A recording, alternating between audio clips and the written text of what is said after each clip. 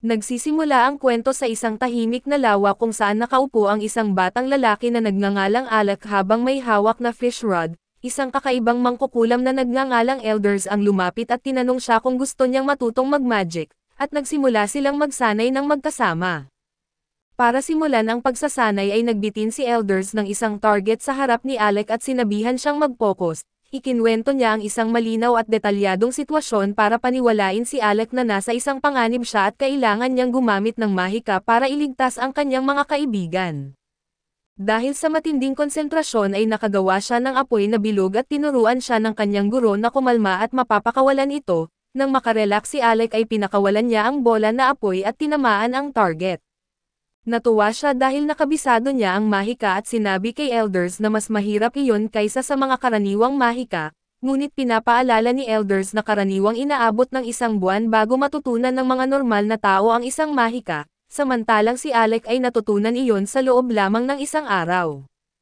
Dahil sa tagumpay ay naging sabik si Alec na matutunan pa ang iba pang mga mahika, pero pinaalalahanan siya ni Elders na magpahinga at sinabi ni Elders na tumigil na muna siya sa pagsasanay at mangisda na lang sa natitirang oras ng araw.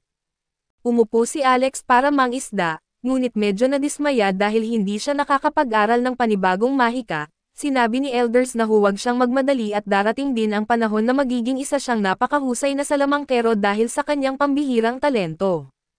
Nagulat si Alec at tinanong si Elders kung kailangan pa ba niya ang pagtuturo nito. Ngunit nanahimik lang si Elders at biglang may malaking isda na kumakawala sa kawit ni Elders kaya bigla niyang pinalitan ang usapan. Natawa si Alex sa pagiging di magaling ni Elders sa pangingisda at tinulungan niya itong mahuli ang isda. Pareho silang humila ng malakas at pareho ring bumagsak dahil sa pagod. Nang nahila nila ang pumipiglas na isda at makita ang bunga ng kanilang pagsisikap sabay na nagtawanan ang guro at ang estudyante. Kinabukasan ay binigyan ni Elders si Alec ng isang aklat para pag-aralan ang mga pormulang mahika. Nahihirapan si Alec na intindihin ito kaya nagsimula si Elders na turuan siya kung paano basahin at intindihin ang mga pattern sa mga formula. Magkasama nilang ginugol ang mga araw sa pag-aaral ng masalimuot na mga formula hanggang sa isang araw, nagsimulang umulan ng nyebe. Pinutol ni Alec ang pagtuturo ni Elders at tinamaan siya ng nyebeng kristal at nagtawanan sila at naglaro ng snow fight. Ngunit hindi nagtagal ang kanilang kasiyahan dahil nagpasya si Elders na umalis at magtungo sa kabisera pagsapit ng tag-init. Nalungkot si Alec dahil hindi na niya muling makikita ang kanyang guro at binalaan siya ni Elders na huwag kailanman maging isang court magician. Nalito si Alec at nagtanong kung bakit tinuruan pa siya ng mahika, kaya ibinunyag ni Elders na ginagawa lang niya iyon bilang pagtanaw ng utang na loob sa yumaong ina ni Alec. Pagkatapos ng kanyang huling mga salita ay tumalikod si Elders at iniwan si Alec at pagkaraan ng maraming taon, nag-aaral na si Alec sa Royal Magic Academy at habang tinitingnan niya ang talaan ng mga estudyante, nalaman niyang nagtapos si Elders bilang isa sa pinakamagagaling at naging isang court magician. Ngunit kalaunan ay pinaalis siya at ipinatapon mula sa korte at dahil dito ay nagalit si Alec sa kaharian. Upang masuklian ang kabutihan ni Elders ay nagpasya siyang baguhin ang korte sa pamamagitan ng pagiging isang court magician mismo. Makalipas ang ilang panahon ay nagtatrabaho na si Alec bilang isang court magician sa pangkat ng Crown Prince Regulus. Pagkatapos ng isang matinding labanan ay tumalikod ang prinsipe at tinanggal si Alec sa trabaho. Nabigla si Alec at nagtanong kung bakit siya pinalayas at sinabi ni Regulus na sabihin niya kung ano ang tungkulin niya. Sinabi ni Alec na ang trabaho niya ay tulungan ang prinsipe gamit ang mahika, kaya pinapaalala ni Regulus na nabigo siya sa gawaing iyon sa huling laban nila. Ipinaliwanag ni Regulus na siya mismo ang lumalaban sa unahan bilang isang swordsman, habang ang kanilang mage na si Lenny ay nagbitaw ng makapangyarihang mga atake na mahika, at si Ix naman ang nagtatanggol sa kanila laban sa mga kalaban. Subalit sa palagay niya ang mga support at enhancement spells ni Alec ay walang silbi para sa kanilang grupo. Sinubukan ni Alec na ipaliwanag kung bakit siya gumagamit lamang ng mga support spells, ngunit pinutol siya ni Regulus at tinawag siyang mahina. Sumasabat din si Lenny at tinukso si Alec dahil palagi raw itong nagiging pasibo at iniiwasan ang mapanganib na sitwasyon. Ibinunyag niya na matagal na niyang kinamumuhian ang duwag na ugali ni Alec at tinanggap lang niya ito dahil tinanggap siya ni Regulus sa grupo. Dahil sa hayagang pagtanggi ni Regulus ay sumabay na rin sina Lenny at Ix sa pagtataboy kay Alec. Dagdag ni Regulus na nakita niya noon ang potensyal ni Alec dahil nagtapos ito bilang isang nangungunang court magician, pero ngayon iniisip niyang binili lang nito ang ranggo at muling sinubukan ni Alec na ipagtanggol ang sarili, kaso napansin ni Regulus ang isang punyal sa kanyang sinturon at agad itong inagaw. Sinermonan niya si Alec dahil nagdadala ito ng sandata at sinabi niyang hindi niya pinapayagan ang mga karaniwang tao na magkaroon nito. Ipinaliwanag ni Alec na naghahanda lang siya para sa mga posibleng panganib, ngunit galit na hinawakan ni Regulus ang kanyang kwelyo. Iniisip niyang ang mga karaniwang tao ay puro mangmang na hindi marunong sumunod sa mga simpleng utos, kaya natahimik si Alec at hinihila ni Regulus ang balabal ng salamangkero mula kay Alec at sinabing hindi siya karapat-dapat sa posisyon bilang court magician. Dahil sa matinding salita ng prinsipe ay napatigil si Alec sa katahimikan at nakaramdam ng matinding takot. Iniwan siya ng kanyang grupo at nagpatuloy sila sa loob ng dungeon habang naiwan siyang mag-isa at pagkatapos noon, umuwi si Alec para pag-aralan ang tungkol sa dungeon. Alam niyang kulang sa lakas ng mahika ang prinsipe para harapin ang mas malalakas na halimaw kapag umabot sila sa level 30, kaya naghanda si Alec ng mga dagdag na pag-iingat para protektahan ito at pumunta siya sa kabisera at sinubukan na pumasok sa palasyo, ngunit hinarang siya ng mga bantay at pinapaalala na tinanggal na siya bilang court magician. Ipinapaalala rin ng mga bantay na bawal makapasok ang mga karaniwang tao at biglang lumabas si Lenny at muli siyang pinagtawanan. Binanggit niya ang mga tsismis tungkol kay Alec na sinasabing umabot sa level 67, at ininsulto siyang puro imbento lang iyon para magmukhang makapangyarihan. Habang papasok na muli si Lenny ay sinubukan siyang sundan ni Alec kaso hinaharangan siya ng mga bantay, kaya inilabas ni Alec ang isang pergamino at nakiusap kay Lenny na ibigay iyon sa prinsipe at hinarap siya ni Lenny at kinuha ang pergamino, kaya inisip ni Alec na kahit papaano ay gagawin niya ang maliit na pabor na iyon. Ngunit malamig na ngumisi si Lenny at pinunit ang pergamino sa harap niya, pagkatapos ay nagpatuloy siya sa paglalakad at iniutos sa mga bantay na palayasin si Alec at pagkaraan nito, bumalik si Alec sa bayan na malungkot dahil hindi niya nagawang baguhin ang korte kahit 4 na taon na siyang nagsusumikap. Habang nag-iisip siya ay napansin siya ng dating pinuno ng kanyang grupo na si Yora at lumingon si Alec at bigla siyang nilapitan ni Yora at niyakap. Umupo silang dalawa at ikinwento ni Alec kay Yora ang lahat ng nangyari at nauunawaan ni Yora kung bakit malungkot si Alec at nagalit siya sa kawalang katarungan ng korte ng kaharian ng Galana. Inireklamo niya ang labis na pagkahumaling ng mga ito sa paghihiwalay ng mga karaniwang tao at mga maharlika. Nag-alala si Alec na baka may makakarinig sa kanila pero sinabi ni Yora na sila lang ang naroon bago niya maalala ang mga paghihirap ni Alec. Binanggit ni Alec na ayos lang siya at natuwa si Yora dahil natanggal si Alec sa grupo ng prinsipe. Nalito naman si Alec sa sinabi ni Yora kaya't pinapaalala ni Yora kay Alec na nangako siya ilang taon na ang nakalipas na kukunin siyang muli sa kanyang grupo. Dagdag pa ni Yora na pumunta siya sa kabisera para lang kunin si Alec pabalik. Tumayo si Yora at tinanong si Alec kung gusto niyang sumali muli sa kanyang grupo at habang nagugulat si Alec, muli siyang tinanong ni Yora at iginiit na kailangan niya ang lakas ni Alec at nalula siya sa emosyon at pinapaalala niya kay Yora na pinatalsik siya ng korte dahil sa pagiging walang silbi. Ngunit natawa lang si Yora at sinabi na hindi iyon mahalaga at ipinaalam niya kay Alec na hinihintay na siya ng buong grupo nila na bumalik. Naalala ni Yora ang malaking potensyal ni Alec at sinabi na maaari pa rin siyang maging court magician muli kung ayaw niyang sumama sa grupo niya. Napapaluha si Alec at tumayo para sumama kay Yora. Ngumiti si Yora at binati siya para sa mga susunod nilang pakikipagsapalaran at malugod na tinatanggap si Alec pabalik sa kanilang A-rank party na tinatawag na lasting period. Habang hawak ni Yora ang kanyang mga kamay ay labis na natuwa si Alec na makabalik sa kanyang mga dating kaibigan. Pagkatapos noon ay nagsimula silang umuwi ng magkasama at habang natutulog sa karwahe, naalala ni Alec ang babala noon ni Elders na huwag kailanman maging court magician. Nang magising siya mula sa panaginip ay binanggit ni Yora na may kaunti pang layo bago sila makarating sa kanilang bayan. Tumatango si Alec pero hindi na muling nakatulog kaya't nag-alala si Yora. Ipinaliwanag ni Alec na nangyari ang sitwasyon niya eksakto gaya ng babala sa kanya ni Elders bago siya muling nag-isip ng tahimik.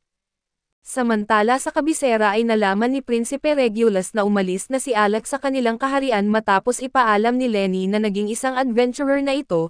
Tinuligsa ni Regulus si Alec dahil dati raw nitong ipinagmamalaki na siya ang pinakamatalinong mag-aaral sa Magic Academy, ngunit sa tingin niya isa lang itong duwag na tumakas. Nag-alok si Lenny ng inumin para ipagdiwang ang kanilang bagong miyembro sa grupo at sa tingin niya, napakagandang dagdag ng bagong kasapi dahil isa itong napakatalino at nagmula sa pamilyang maharlika ng Duque Fornies. Tinanggap ni Regulus ang inumin at uminom habang tinitigan siya ni Lenny na parang siguradong masusupol nila ang buong dungeon gamit ang kanilang lakas. Tumawa ng may kayabangan ang lasing na prinsipe at samantala ay nakarating na sina Alec at Yore sa kanilang bayan na tinatawag na Fizzle. Naging masaya si Alec na napapalibutan ng maraming adventurer, at sinabi ni Yore na mag-e-explore sila ng isang dungeon sa kanlurang bahagi ng lungsod. Bago sila umalis ay naalala ni Yore na kailangan munang marehistro si Alec sa Adventurers Guild. Pagkapasok nila sa guild ay ipinaliwanag ng receptionist na kailangan ng espesyal na lisensya para makapasok sa mga dungeon na lampas sa level 30. Ipinaliwanag din niyang tanging mga adventurer na nakarehistro na ng 2 taon ang maaaring makakuha ng license na iyon. Naiinis si Yore at tinanong kung bakit hindi kinuha ng kasama nila na si Crow ang lisensya para sa kanila. Ipinaliwanag ng receptionist na tinatakot ni Crow ang guild at pinilit silang ibigay ang pass, dahilan para tuluyang mapapahiya si Yore. Pagkatapos ay umupo si Yore kasama si Alec para kumain at naiinis siya dahil pumapalpak si Kasia sa kanyang trabaho. Kumakagat siya sa kanyang sandwich habang nagrereklamo na hindi sila pwedeng maghintay pa ng 2 taon para makapasok sa 52nd floor ng dungeon. Ngunit gumagaan ang pakiramdam niya matapos kumain at nagpasya na muna silang mag-explore sa mas madaling lugar pansamantala. Nagulat si Alec ngunit ipinaliwanag ni Yore na magiging magandang paghahanda iyon para sa mga seryoso nilang pakikipagsapalaran. Natuwa muli si Yore at tumayo habang sinasabi kay Alec na mag-enjoy muna sila sa lungsod ng mga dungeon. Pagkatapos nilang kumain ay tumungo sila sa isang dungeon kung saan biglang pinalibutan sila ng napakaraming halimaw na insekto. Nagcast si Yore ng mahika na shield kay Alec na agad sumugod pahakbang at pinutol ang mga insekto. Natuwa si Yore sa kanilang magandang pagtutulungan ngunit napansin niyang kakaibang hirap linisin ang dungeon na ito kahit panimula lang. Habang dumarami ang mga insekto ay napansin ni Alec na marahil ay may aksidenteng nangyari sa mas malalalim na bahagi ng dungeon. Nagcast ng shield para sa sarili si Yore at naglakad pahakbang ngunit sinabi ni Alec na hindi ligtas iyon. Confident si Yore at nagpatuloy at iginiit na nawala na raw ang dating tapang ni Alec. Pinapaalala niya na noon ay hindi kailanman umatras si Alec sa kahit anong halimaw at sinabi niyang pagkatiwalaan siya nito. Habang pinapanood ni Alec ang mga halimaw na nagsisiksik at bumabagsak sa shield ni Yore, nakaramdam siya ng pag-alinlangan subalit naalala niyang hindi na siya isang court magician na kailangang tumulong sa isang prinsipe na spoiled, malaya na siyang suportahan ang kaibigan niya. Dahil dito ay nag-focus si Alec at pinakawalan ang kanyang mahika at napansin ni Yore ang matindi niyang konsentrasyon, at biglang nagpalabas si Alec ng isang malakas na apoy na sinunog hanggang maging abo ang lahat ng insekto at natuwa si Yore na bumalik ang dating tapang ng kanyang kaibigan, ngunit agad na tumalon si Alec para tapusin pa ang mga natitirang insekto sa likuran niya. Nang biglang sumugod ang isang buong kawan ng mga insekto para palibutan sila, nagcast si Yore ng napakalaking shield habang nag-iipon ng enerhiya si Alec para sa isang malakas na mahika na habang walang nagawa ang mga insekto sa paligid, bumuo si Alec ng isang napakalaking magic circle at nagbitaw ng isang napakalakas na kidlat na naglipol sa lahat ng ito. Nakahinga ng maluwag si Alec matapos ang laban at napabuntong hininga at binati naman siya ni Yore sa kanilang pagkapanalo. Biglang lumabas mula sa lupa ang isang dambuhalang halimaw na bulate at dinakma si Yore at walang oras para magpahinga, agad na naisip ni Alec na ito ang dahilan kung bakit takot at nagkakagulo ang mga insekto.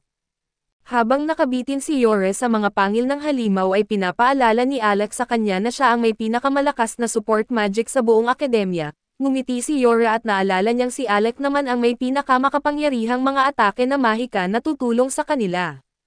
Sa tulong ng suporta ni Yore ay tumawag si Alec ng isang naglalagablab na dragon na paikot-ikot sa ibabaw ng kanyang wand, binigkas niya ang mahika na tinatawag na Blazing Tornado at pinakawalan ito patungo sa halimaw.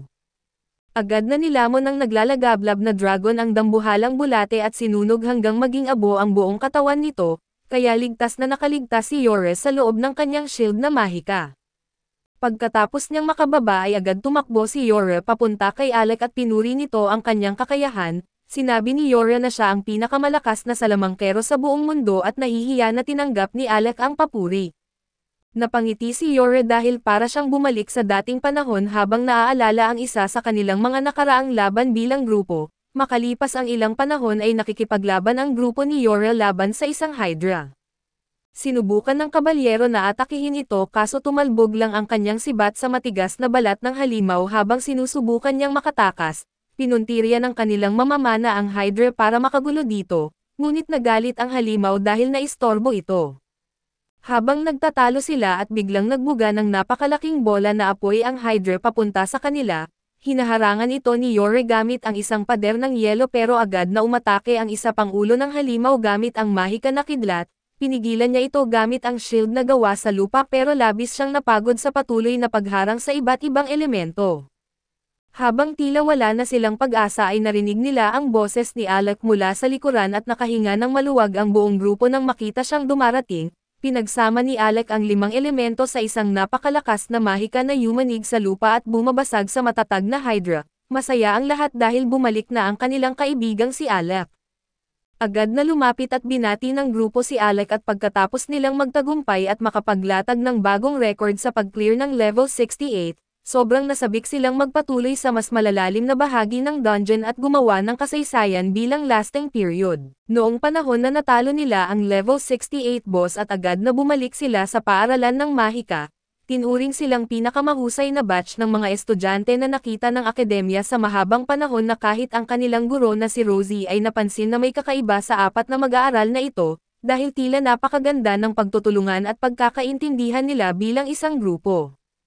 Pagbalik nila mula sa dungeon ay puno sila ng galos at sugat pero malalawak ang mga ngiti nila dahil nasira nila ang all-time record sa pag-abot at paglampas sa level 68 dungeon, at hindi lang nila ito tinalo dahil tuluyan nila itong winasak dahil ang huling pinakamalakas na grupo ay umabot lang hanggang ika-32 palapag. Dumating din ang araw ng pagtatapos kung saan inilabas ni Rosie ang kanilang mga marka. Si Rain ang pang-4 sa klase na sinundan ni Cross sa pangatlo at si Yore naman bilang pangalawa, at sa wakas si Alec na nakakuha ng pinakamataas na marka sa kasaysayan ng akademya at naging valedictorian ng klase. Masaya silang lahat noon at napupuno ng pag-asa at nagbibiroan pa sila sa kanilang guro hanggang sa mapalo sila nito bilang biro rin, habang sabay-sabay silang umaalis sa akademya, pinapanood sila ng ibang mga estudyante ng may halong inggit. Akala nila'y nasasaksihan nila ang pagbuo ng isa sa magiging pinakamahusay at pinakatanyag na grupo ng mga adventurer, isang grupo na tiyak na magiging alamat balang araw at hindi nila alam na si Alec ay magpapasya na hindi na ipagpatuloy ang pagiging adventurer at gustong maging isang court magician. Nagulat ang kanyang mga kasama sa balitang ito pero naunawaan din nila na mas madali ang trabaho ng court magician at may mas maayos at matatag na sahod. Kahit medyo nalungkot sila ay hindi nila sinisi si Alec at buong puso pa rin siyang binati ng good luck sa kanyang bagong landas.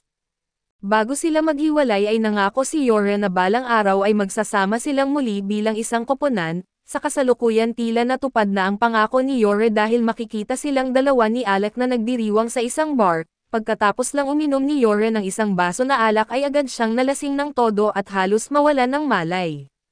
Nagsimula siyang magalit dahil hindi pa rin sila pinapayagang pumasok sa mas malalalim na dungeon, pero hindi nagtagal ay nakatulog siya mismo sa upuan at ngumiti si Alec habang pinagmamasdan siya. Naaalala kung paanong ganito rin ang ugali ni Yore noong nasa akademya pa sila. Bilang isang tunay na gentleman ay tinatakpan niya si Yore ng kanyang jacket para hindi ito ginawin habang natutulog, ngunit isa sa mga tao sa loob ng bar ay tila hindi gusto ang estilo ni Alec at lumapit ito sa kanya at ininsulto siya na tinatawag siyang mahina o beta male. Hindi siya pinansin ni Alec dahil halatang tagahanga ito ni Andrew Tate at may problema sa galit. Bigla nitong tinaas ang bote na parang wawasakin sa ulo ni Alec kaso mabilis gumamit si Alec ng mana shield para harangin ang atake ng walang kahirap-hirap bago siya lumingon paharap sa lalaki. Ngumiti ang lalaki at masaya dahil nakuha na niya ang atensyon ni Alec. Alam na pala niya na si Alec ay isang court magician at nagulat siya na ang isang tulad ni Alec ay gumala pa para subukang maging adventurer. Lalo siyang nagulat nang biglang kunin ng malaki at maskuladong lalaki ang isang card mula sa kanyang bulsa na isang adventurer pass at inilapag ito sa mesa sa harap ni Alec. Nalito si Alec at nagtanong kung ano ang ginagawa ng lalaki, ngunit sumagot ito na iyon ay tanda ng paghingi niya ng tawad dahil sa sinubukan niyang mahampas si Alec. Gayunpaman ay may isa pa siyang kondisyon na dapat ipakita ni Alec ang kanyang mahika kung gusto niyang tanggapin ang pass. Habang naguguluhan pa rin si Alec ay biglang nagising si Yore na medyo groggy at tinawag ang lalaki na guildmaster, sabay tanong kung ano ang ginagawa nito doon. Napatigil si Alec at hindi makapaniwala at nagtataka kung bakit mismo ang guildmaster ang nagbibigay sa kanya ng adventurer's pass, pero mukhang kalmado lang ang lalaki at ibinigay pa rin kay Alec ang pass bago sila dalhin sa training ground.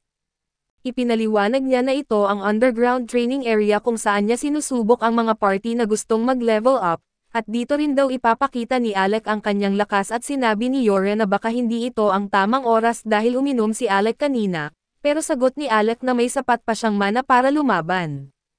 Formal na ipinakilala ng Guildmaster ang sarili niya kay Alec bilang si Levi at agad na kumislap sa isip ni Alec ang pangalan. Naalala niyang si Levi ay isang napakalakas na mago na dating namumuno sa isang S-rank party. Tumawa si Levi at sinabing malabo na ang mga alaala niyang iyon sabay ipinaliwanag ang simpleng kondisyon, kailangan lang mapapahanga siya ni Alec gamit ang kanyang mahika at iyon na ang lahat. Pagkatapos noon, naghanda silang dalawa para sa sparring session at si Alec ang unang gumalaw at ginamit ang kanyang offensive Thunderbolt magic, ngunit mabilis itong naiwasan ni Levi na gumamit naman ng water magic at naghagis ng mga parang lobo ng tubig.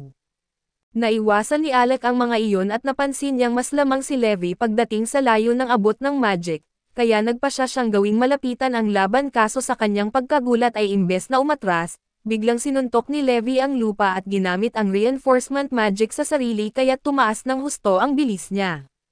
Mabilis siyang umatake at umiwas sa mismong huling segundo at nagsimulang umikot kay Alec sa napakabilis na galaw bago tinangkang magpatama ng malakas na suntok, bahagyang na-block ni Alec gamit ang mana shield, pero dahil sa tindi ng lakas ng atake nabasag din ang shield at tumilapon si Alec papasok sa pader.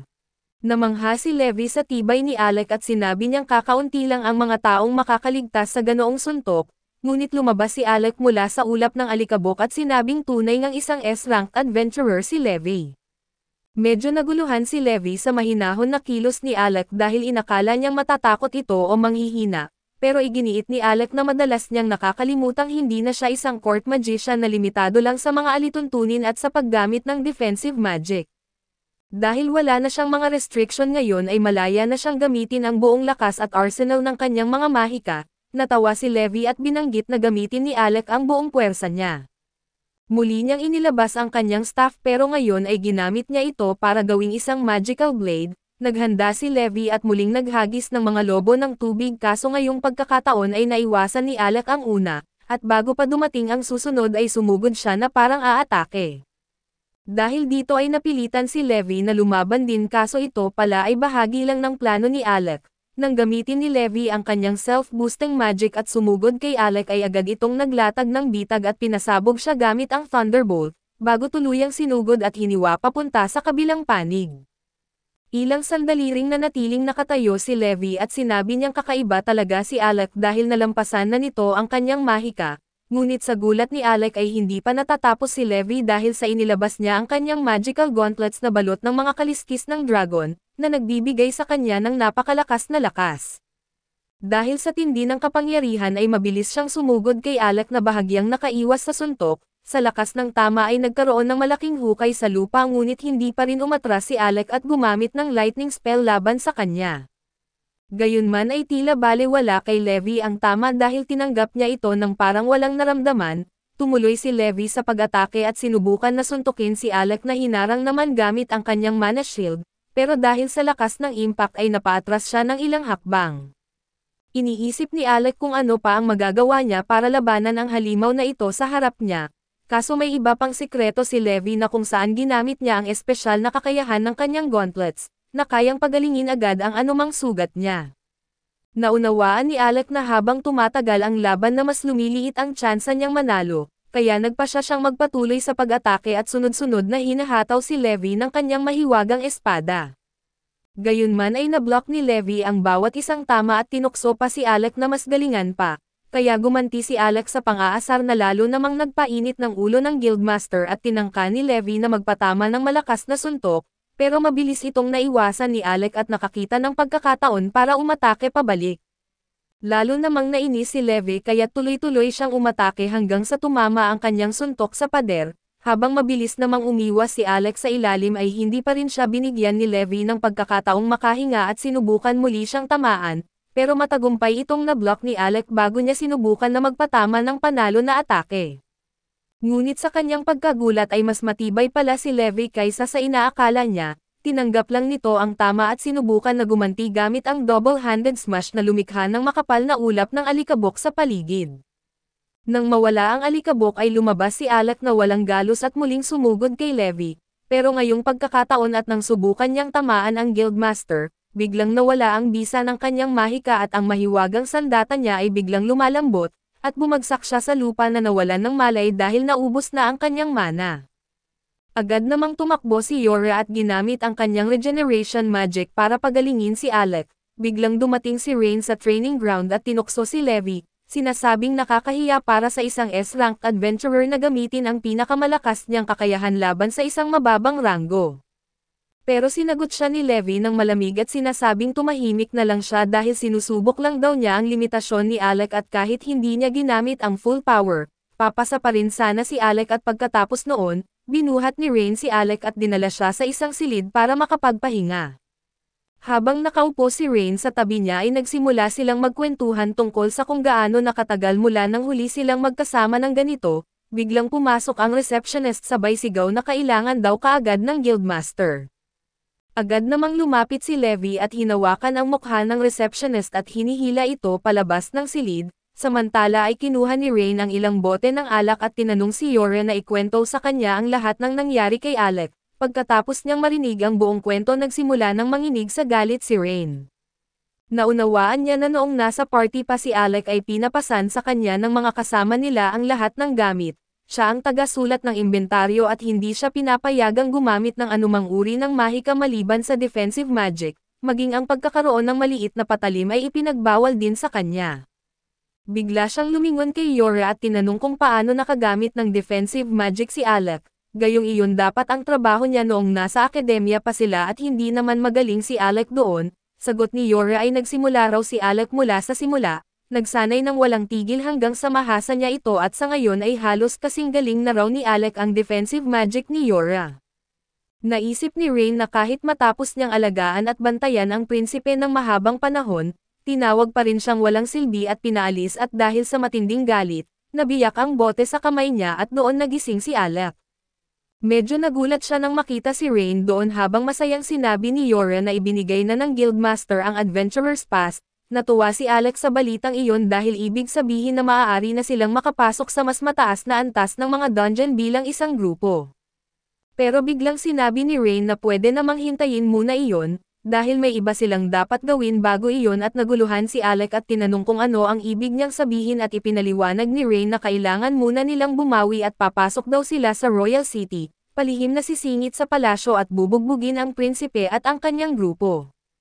Agad siyang pinigilan ni Alec at sinabing hindi nila gagawin ang ganoong bagay at maging si Yora ay sumang-ayon, sinasabing mahigpit na ipinagbabawal ang pakikipaglaban sa ibang party. Hinawakan ni Alec ang balikat ni Rain at iginiit na masaya na siya kung makakaranas sila ng maraming masasayang pakikipagsapalaran bilang isang grupo.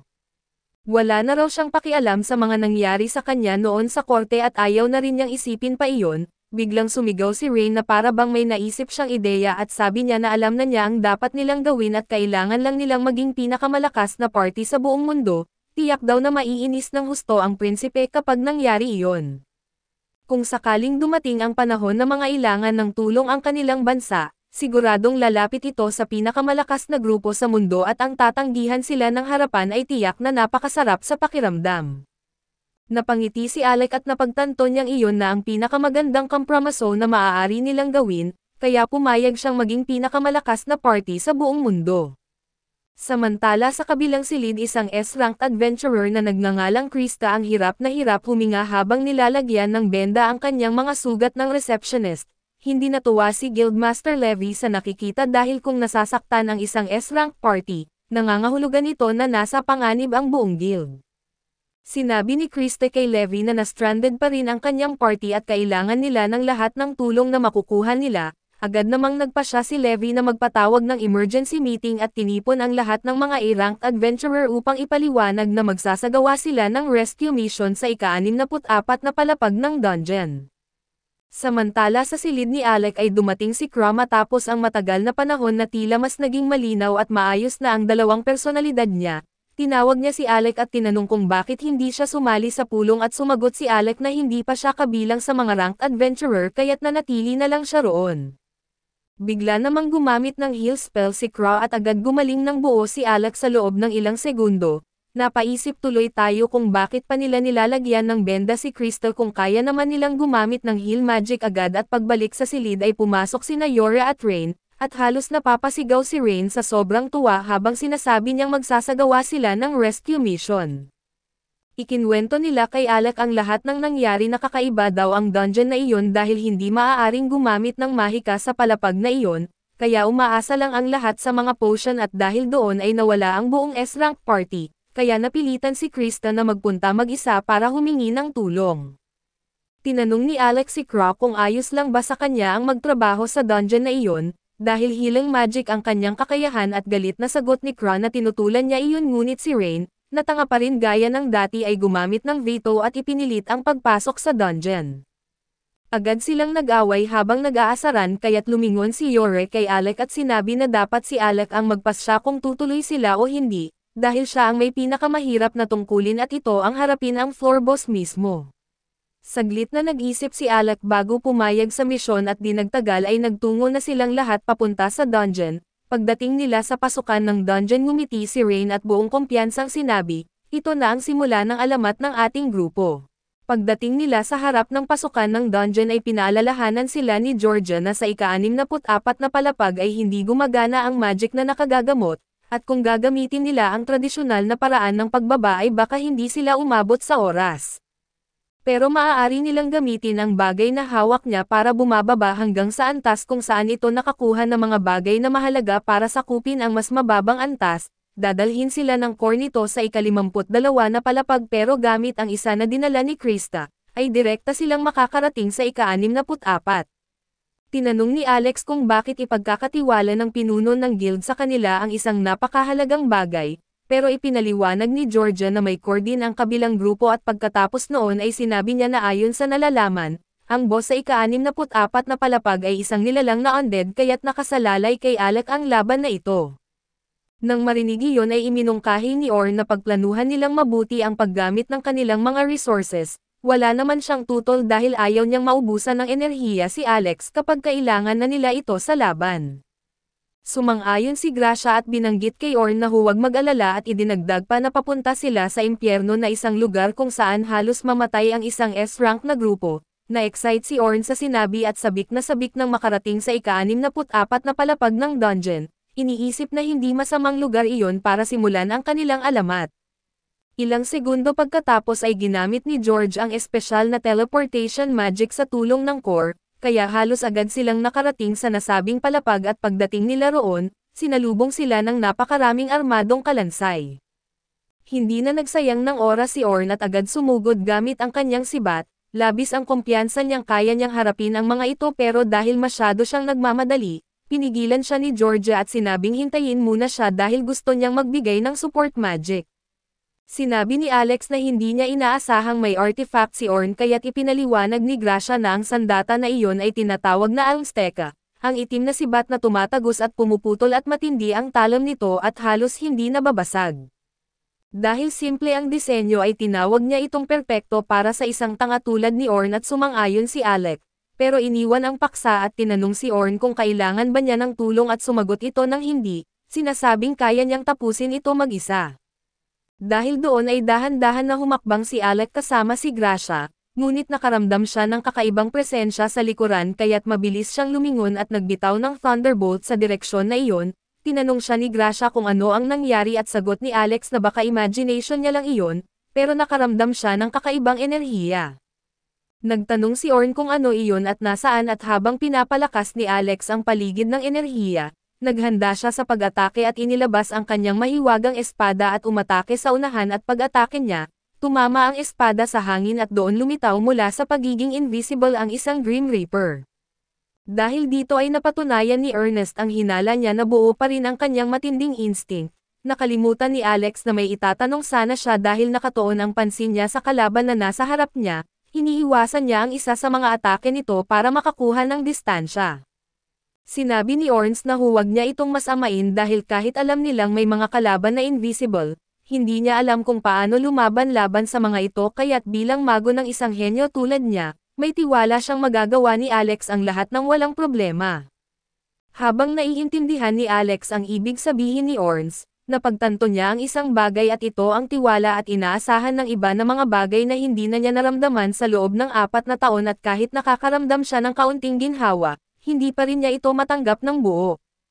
Ibinuhos niya ang inis na iyon sa kanyang susunod na atake laban sa Grim Reaper na naputol niya sa kalahati sa isang mabilis na galaw. Pagkatapos matalo ang kalaban ay tinanong niya ang mga babae kung alam ba nila ang tungkol dito at agad namang humingi ng paumanhin si Jorga, na nangangahulugang inaamin niya ang pagkukulang niya.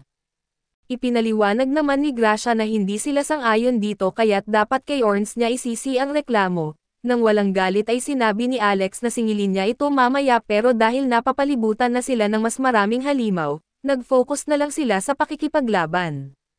Dahil sa sobrang tuwa ni Orns sa pagpatay ng mga kalaban at pinaalalahanan siya ni Georgia na ito ay isang rescue mission, habang si Gracia ay sumuko na lang at iniisip na wala ng pag-asa at habang muling nakikipaglaban, ginamit ni Georgia ang spell boost kina Alex at Orns para mas epektibo silang lumaban. Pero habang dumarami ang mga halimaw ay sinabi ni Alex na maghanda sila sa likuran niya para sabay-sabay niyang tapusin. Pagkapwesto nila ay pinakawalan niya ang isang malakas na thunderbolt sa malawak na lugar, na sumasapol sa buong grupo ng mga kalansay gamit ang matinding kidlat. Pagkatapos ng laban ay tinanong ni Orns si Alec tungkol sa thunderbolt dahil iyon lang daw ang ginamit niya laban kay Lil, at naaalala niyang dati mas marami siyang ginagamit na uri ng mahika at nanahimik si Alex ng ilang segundo. Naalala ang ilang hindi kanais-nais na sandali noong miyembro pa siya ng grupo ni Regulus. Ayaw niyang magbigay ng detalye kaya't sinabi na lang niyang ginagamit niya ang Thunderbolt dahil ito ang pinakamabilis ihanda. Sa kanya idinagdag na dapat silang magpatuloy at hinaharangan siya ni Orns at sinabing maghintay muna, gusto nitong malaman kung bakit may mga itinatago siya. Tumalikod si Alec at binanggit na nag-i-imagine lang ito pero sinagot siya ni Orns na imposible niyang malinlang ang isang henyo tulad niya. Bigla namang gumagalaw ang pasilyo at dahil sa malakas na ingay ay inakala ni Georgia na iyon ay ang boss ng palapag. Upang kumilos agad sa rescue ay ginamit ni Georgia ang spell boost sa lahat, dahilan para mas bumilis ang kanilang paggalaw at napansin ni Alex na sobrang bilis ni Orns, dahil sa isang iglap ay nawala na ito sa kanilang paningin. Sumang-ayon si Jorg pero nilinaw ni Alex na alam naman niyang mabilis talaga si Orns at ang nakakabilib sa kanya ay ang mahika nito. Dahil sa sinabi ay napapahiya si Jorg pero habang nag-alangan pa siya ay hindi siya pinansin ni na Alex at Gracia nang mapansin nilang malapit na sila sa destinasyon. Ang lugar na pinasok nila ay isang malawak na disyertong bahagi, kung saan nakatayo si Orns na mahinahon at pinagmamasdan ang paligid, samantala sa isang adventurer ang sumisigaw ng tulong habang tumatakbo palayo mula sa isang napakalaking halimaw. Kahit halatang desperado na ang lalaki ay sinabi ni Orns na mukhang ayos lang naman ito at tinanong ni Alex kung ano ang nangyayari dahil hindi niya maintindihan, at ipinaliwanag ng iba na ang taong nanggugulo sa halimaw ay si Loki Silverian na isang support mage na madalas magpakasiga at ayon pa kay Orns, siya raw ang pinakatangang tao sa buong Recroma. Samantala ay tinatakot ni Loki si Orns dahil hindi siya pinapansin at sinabi niyang kapag napatay siya ng halimaw, hindi niya ito titigilan kahit bilang multo at sa sandaling iyon ay nadapa si Loki at bumagsak sa lupa kaya't gustong tumulong ni Alex, ngunit pinigilan siya ni Gracia at ipinaliwanag na ganyan talaga lumaban si Loki. Nang makalapit ang halimaw ay naapakan nito ang isang magic trap at napangiti si Loki, tanda ng tagumpay ng kanyang plano at ilang segundo lang na isang sibat ng apoy ang tumusok sa katawan ng halimaw at pagkakita nito, inamin ni Alex na mahusay si Loki at sinabi ni Gracia na kung hindi lang siya nakakainis ay hindi nila itatangging magaling siyang strategist. Pagkatapos nito ay naapakan pa ng halimaw ang iba pang mga bitag sa paligid, kaya muli itong tinamaan ng mga sibat at dahil dito ay sinimulan ni Loki ang pang-aasar sa halimaw sa sobrang yabang subalit habang abala siya sa pangungutya, nagsimulang mag-ipon ng enerhiya ang halimaw upang magbitaw ng malakas na magic attack laban sa kanya. Pagkatapos nitong maglabas ng matinding sinag ng enerhiya at ang sumunod na nangyari ay mabilis na sinagip ni Orns si Loki at nadala niya ito palayo bago tamaan ng atake. Sinabi ni Orns na may utang na loob na ito sa kanya, at kahit gusto sana niyang hayaan muna itong turuan ng leksyon pinilit daw ni Alex na tulungan siya. Sa oras na iyon ay humarap si Alex sa halimaw habang nasa likuran niya sina Georgia at Gracia at nang umatake ang halimaw gamit ang mga kuko nito. Agad gumamit si Georgia ng kalasag upang protektahan siya pero hindi nakabawi ng atake si Alex dahil biglang tumakbo palayo ang halimaw na diretsyong papunta kay Loki. Habang papalapit ito ay nagbibitaw pa rin si Alex ng Thunderbolt, ngunit nakita niyang hindi man lang ito tumatagos sa balat ng halimaw at napagtanto niyang kailangan nila itong matalo at nang marinig iyon, agad bumalik si Orns at tumakbo papunta sa halimaw at tumatagos siya sa ilalim nito gamit ang kanyang bilis. Hindi man lang natatamaan na habang pasan-pasan si Loki na parang sako. Pagkalapit niya sa mga kasama ay sumigaw si Gracia na kanya na ito, at mabilis niyang inihagis si Loki diretso sa kanya at pagkatapos noon ay bumalik si Orns sa kanila at inihanda ang kanyang sibat, handang harapin ang kalaban. Samantala ay tinulungan ni Gracia si Loki na makalayo mula sa lugar kaso tinanong niya ito kung kaya pa ba niyang maglakad, sinabi ni Loki na huwag naman siyang masyadong masungit. Ngunit nang makita niya ang galit na mukha ni Gracia ay agad siyang natakot at humingi ng tawad. Bumalik naman sa mga lalaki ay ipinaliwanag ni Orns kay Georgia na magbigay ng utos, kaya't binanggit nito na dapat nilang protektahan si Loki habang silang dalawa ang pipigil sa halimaw para mabigyan si Alex ng pagkakataong patayin ito. Tinanggap ni Orns ang mga utos ng walang pag-atubili at nang makita ni Alex na nailagay na ni Gracia si Loki sa isang ligtas at malayong lugar, tumingin siya sa halimaw na nasa harap nila at kaagad namang hiniling ni Orns kay Georgia na bigyan siya ng support magic, at mabilis itong gumawa ng mahika para palakasin ang kanyang lakas, tibay, bilis, liksi at flexibility na isang malakas na uri ng magic enhancement. Pagkatapos nito ay mabilis na sumugod si Orns papunta sa halimaw, iniwasan ang susunod nitong atake at itinarak ang kanyang sibat sa tagiliran ng ulo ng kalaban kaso dahil sobrang tigas ng balat ng halimaw, hindi niya ito nabaon ng maayos. Dahil dito ay nahampas siya ng halimaw at tumilapon sa hangin bago ibinagsak sa lupa ng malakas, mabilis na tumakbo si Georgia papunta sa kanya pero kinailangan niyang protektahan ang sarili mula sa isang atake ng halimaw na papunta rin sa kanya, pinilit niyang tiisin ito hanggat kaya niya habang ipinagkatiwala kay Alex ang natitirang bahagi ng plano. Mula sa malayo ay pinagmamasdan ni Loki ang lahat at napansin niyang may mga mukha siyang hindi kilala kaya't inisip niyang nagtipon na muli ang grupo ng Lasteng, samantala patuloy na nakatutok si Alex sa pagbuo ng kanyang mahika. Nang makita ito ay napahanga si Loki dahil kung kaya nitong sabay-sabay maghanda ng 3 mahika, isa na siyang mahusay na mago at kung 5 ay isa na siyang henyo at sinabi naman ni Gracia na kaya ni Alex na gumamit ng higit pa roon ng sabay-sabay, at nagulat si Loki habang nagbibilang na lumalabas na nakalampas na ito sa 20. Sinubukan ng halimaw na lapitan si Alex para atakihin pero pinigilan ito ni Orns upang manatili sa pwesto. Nang dumating ang tamang sandali ay mabilis siyang tumalon palayo at natapos ni Alex ang kanyang mahika, at biglang bumagsak mula sa langit ang isang napakalakas na Thunderbolt. Ilang ulit na tinamaan ng kidlat ang katawan ng halimaw mula sa iba't ibang direksyon at sa bawat segundo. Patuloy na lumalakas at nagsasama-sama ang enerhiya ng mahika sa isang punto at nang makuha na niya ang sapat na lakas, itinapon ni Alex ang purong konsentrasyon ng kidlat patungo sa halimaw upang tuluyang patayin ito. Ngunit nakaiwas ang halimaw sa pamamagitan ng pagtalon sa gilid at pagkatapos ay naghanda ito ng malakas na atake mula sa malayo laban kay Alex, upang kontrahin iyon at sinabi ni Orns kay Gracia na tirahin ito at alam na ni Gracia ang dapat gawin. Kaagad siyang nagbitaw ng palaso na may mahika na tumama sa halimaw. Kasabay noon ay ginamit ni Georgia ang kanyang chain silang magic upang itali at hindi makagalaw ang kalaban, habang si Orns naman ay inihagis ang kanyang sibat na tumatagos sa katawan ng halimaw at lalo itong pinahina. Pagkatapos ng lahat ng iyon ay ginamit ni Alex ang isang 4 na puntong magic seal sa halimaw, na muling nag-ipon ng enerhiya para sa isa pang malayuan na atake at sa kabila nito, kalmado lang si Alex at iginiit niyang iyon ang pinakamasamang atake na pwede nitong gamitin laban sa kanya dahil itinuro sa kanya ni Elaz ang isang napaka-espesyal na mahika, na ayon sa kasaysayan ng akademya na 2 tao lang ang nakagamit nito. Ang una raw na nakagamit ng mahika na iyon ay ang mismong lumikha nito na isang henyo, ang pangalawa ay siya mismo at pagkatapos noon ay pinakawalan ng halimaw ang sinag ng enerhiya nito patungo sa kanya, bilang tugon ay ginamit ni Alec ang reflect spell at ibinalik sa halimaw ang lahat ng mapanirang enerhiya nito ng mas malakas pa katulad ng ginagawa ni Meliades. Dahil hindi pa iyon sapat para talunin ito ay idineklara ni Alec na hindi pa siya natatapos at ngayon ay gagawin niyang abo ang kalaban. Pagkasabi nito ay pinakawalan niya ang mahika mula sa 4 na puntong seal at inactivate ang kanyang apoy na mahika, na bumabalot sa halimaw sa isang napakalakas na ipu-ipon na apoy.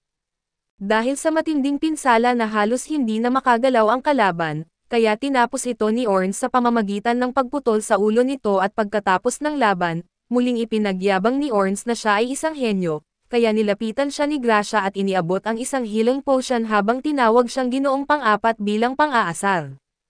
Nagtawanan silang 4 at lumapit si Loki para batiin sila at hindi raw siya nagulat dahil iyon ang inaasahan niya mula sa maalamat na grupo na Lasting Period at pagkatapos noon, ipinakilala ni Loki na alam niya lahat tungkol kay Alec na siya ang dating court magician ng Galdena, at siya rin ang tumalo kay Naidra. Bagaman may ilan daw na nagdududa rito na sinabi niyang naniniwala siyang totoo iyon at nilinaw lang ni Alec na hindi na siya court magician, nagulat si Loki dahil sa tingin niya ay sobrang tanga ng korte ng Galdena kung basta na lang nila pinakawalan si Alec. Bigla naman siyang nagpalit ng paksa at nagpasalamat kay Georgia at sinasabing gusto niyang suklian ang tulong na ibinigay nito na ibig sabihin, ang leader daw nila ang magbabayad sa utang na iyon at nang marinig iyon ay tinuligsa siya ni Georgia na sinasabing wala siyang alam gawin ng mag-isa, habang pilit siyang inilalayo dahil baka mahawa siya ng mga pulgas nito. Hindi na pinansin ni Loki ang sinabing iyon at nagpatuloy at iginiit na dahil tinulungan siya ng grupo, sana bigyan siya ng ilang potion bilang kapalit at ipinabatid din niya na ibinigay niya na sa kanyang grupo ang lahat ng dala niyang gamit. Doon niya nabanggit na baka patuloy pa ring nakikipaglaban ang kanyang mga kasamahan laban sa pinakamatinding boss ng palapag, nabigla ang lahat sa sinabi niya dahil akala nila na ang halimaw na kanilang nilalabanan ay ang pinuno at napagtanto nila na totoong ang boss iyon, pero may higit pa sa isa at ang tungkulin ni Loki ay ilayo at dalhin ang mas mapanganib sa dalawang iyon. Sinabi ni Gracia na perpekto si Loki bilang bitag na bagay na tinanggap naman nito nang may pasasalamat at sinamantala pa para lapitan siya. Ngunit naputol ang sandaling iyon nang biglang ihagis ni Orns ang healing potion sa mukha ni Loki at sa halip na magalit, nanatiling kalmado si Loki at nagpasalamat pero agad siyang pinaalalahanan ni Orns na hindi iyon libre at kailangan niya itong bayaran. Bago pa sila muling magsimulang magtalo ay pinigilan sila ni Gracia at sinabing tigilan na ang pagsasayang ng oras at ipaliwanag na lamang ang tungkol sa isa pang boss, sinunod naman ni Loki at ipinaliwanag na katulad ng una. Ang tunay na boss ay isa ring nilalang na undead na isang kabalyero na nakasuot ng itim na buong baluti. Ngunit hindi niya alam kung may laman ba ito sa loob at dahil doon, naniniwala siyang walang silbi ang mga pisikal na atake maliban na lang kung malapit at pagkatapos niyang sabihin iyon, iniabot niya kay Alec ang isang bagay na espesyal para sa kanya, dahil alam niyang mahusay din ito sa paggamit ng mga sandata. Napansin daw kasi niya na lumapit si Alec sa halimaw na parang isang mandirigma sa harapan, kaya alam niyang expert ito sa pagpapaniwala sa kalaban na siya ang pinakamalaking banta kahit siya rin ang pinakamadaling talunin. Ipinaliwanag pa ni Loki na bilang isang support mage ay trabaho niya ang unawain ang galaw ng labanan, ang ibinigay niyang bagay ay isang artifact mga kagamitan na napakahalaga kapag nakikipaglaban sa mga boss sa mas mababang palapag. Pag-activate ni Alex nito ay nagbago ang anyo ng bagay at naging isang malaking espada. Sinabi ni Loki na ang pangalan ng artifact ay Squirt at mula ngayon ay pagmamayari na ni Alex at tinanong naman ni Orns kung bakit ibinibigay ni Loki ang isang napakahalagang bagay, dahil tingin niya ay nakakahinala ito. Sabi naman ni Georgia ay malinaw na gusto lang nitong pilitin si Alec na lumaban sa harapan at kinumpirma ito ni Loki, ipinapaliwanag na tama siya at idinagdag pa niya na gusto niyang ibigay ni Alec ang lahat sa laban, ngunit ayaw niyang gumamit ito ng kahit anong mahika. Nagalit si Gracia sa sinabi niya dahil ang kalaban nila ay isang undead na walang katawan, kaya walang saysay kung hindi gagamit ng mahika kaso tinawanan lang ito ni Loki at ipinapaalala na ganyan talaga siya na isang expert sa panlilinlang, pagkatapos ay ipinaalam niyang oras na niya para kumilos kaya't gusto niyang maglunsad sila ng maliit na surprise attack sa harapan. Maalala natin yung prinsipe na nagpaalis kay Alec at siya na ito ngayon. Siya at ang iba pa ay kasalukuyang hinahabol sa loob ng isang dungeon ng dalawang higanteng uod, Hindi niya maintindihan kung paano ito nangyari dahil dati naman ay hindi siya nahihirapan sa ganitong klase ng mga halimaw. Inutusan niya si Lainey na gumamit ng mahika para patumbahin ang mga ito agad at sinubukan naman ni Lainey, pero sa hindi malamang dahilan hindi gumagana ang mahika niya ngayon. Tinawag siya ng prinsipe na walang silbi at nagpasya na siya na lang ang papatay sa mga halimaw. Pero pagharap niya at sinubukan na hiwain ang isa ay tumalbog lang ang kanyang espada. Dito niya na-realize na baka siya na ang mahina at hinihila siya ni Lainey at ng kabalyero mula sa sahig matapos siyang napasuko, at sabay-sabay silang tumakbo palabas ng dungeon. Habang tumatakbo ay iniisip ng prinsipe kung ano ang maaaring nagkamali at dati ay napakalakas ng bawat hampas niya. Pero ngayon ay napansin niyang nagsimula lang siyang humihina mula noong pinaalis niya si Alex sa grupo. Sa halip na aminin na may malaking ambag pala si Alex sa koponan ay inisip pa ng prinsipe na sinumpa siya ni Alex bilang paghihiganti. Pagkatapos nilang makatakas sa dungeon ay pumunta siya sa isa sa mga mage ng kaharian na si Vogan Forners, para alamin kung may sumpa nga ba sa kanya matapos ang mabilis na pagsusuri gamit ang mahika. Sinabi ni Vogan na wala siyang nakikitang sumpa. Hindi makapaniwala ang prinsipe dahil imposible raw na nahirapan siyang malalampasan ang ika-30 palapag kung hindi siya sinumpa ni Alec. Ngunit alam ni Vogan na mayroong anti-magic field sa ika-30 palapag, kaya ipinaliwanag niya na baka nanghina lang ang prinsipe dahil hindi gumagana ang mga mahika na pantulong doon. Tinuwanan lang ito ng prinsipe at sinabing ang mga support magic ay walang kwenta at ginagamit lang ng mga duwag gaya ni Alec. Pinilit ni Vogan na manatiling kalmado sa harap ng mga kalokohan ng prinsipe, pero nagtaka rin siya kung bakit hindi binalaan ni Alton ang prinsipe tungkol sa anti-magic field lalo na't siya ang alamat na estudyanteng nakarating hanggang ika-68 palapag. Tumawa lang ang prinsipe at ipinaliwanag kay Vogan na imposibleng magawa yon ng isang hangal na gaya ni Alec. Siguro raw chismis lang iyon na kumalat sa mga karaniwang tao, hindi na lang pinansin ni Vogan dahil wala namang lunas sa kayabangan at katangahan. Bigla na lang pumasok ang isang gwardya para ipaalam na pinapatawag siya ng hari tungkol sa usapin kay Alec. Napangiti ang prinsipe dahil akala niya kampihan siya ng kanyang ama pero pagdating niya, nagsimula ang hari sa pagsasalaysay ng isang kwento tungkol kay Eldest.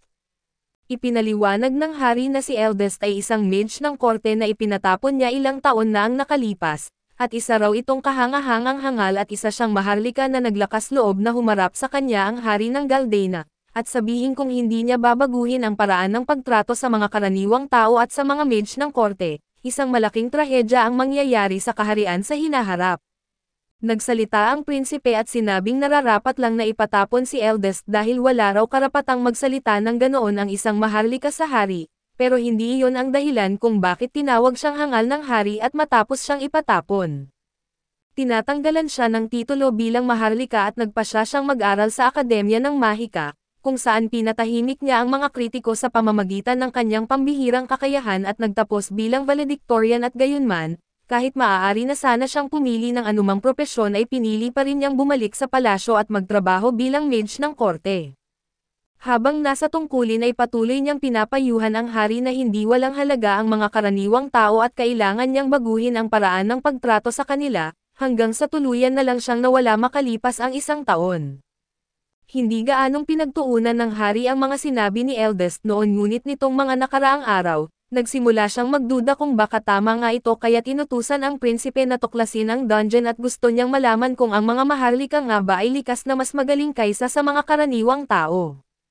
Pero sa nakikita niyang kalagayan ng prinsipe at tila nagkamali siya, sinabi niyang baka panahon na para baguhin ang kanilang patakaran laban sa mga karaniwang tao at mula ngayon, balak niyang kumuha ng mga may talento na kahit ano pa ang pinagmulan nila. Nabigla ang prinsipe at sinabihan ang kanyang ama na malaking kahihiyan sa kanilang pamilya kung tatanggap sila ng mga karaniwang tao bilang kapantay. Inamin naman ng hari na siya mismo ang nagturo sa prinsipe na maniwala sa ganoong kaisipan, pero kailangan na raw itong baguhin.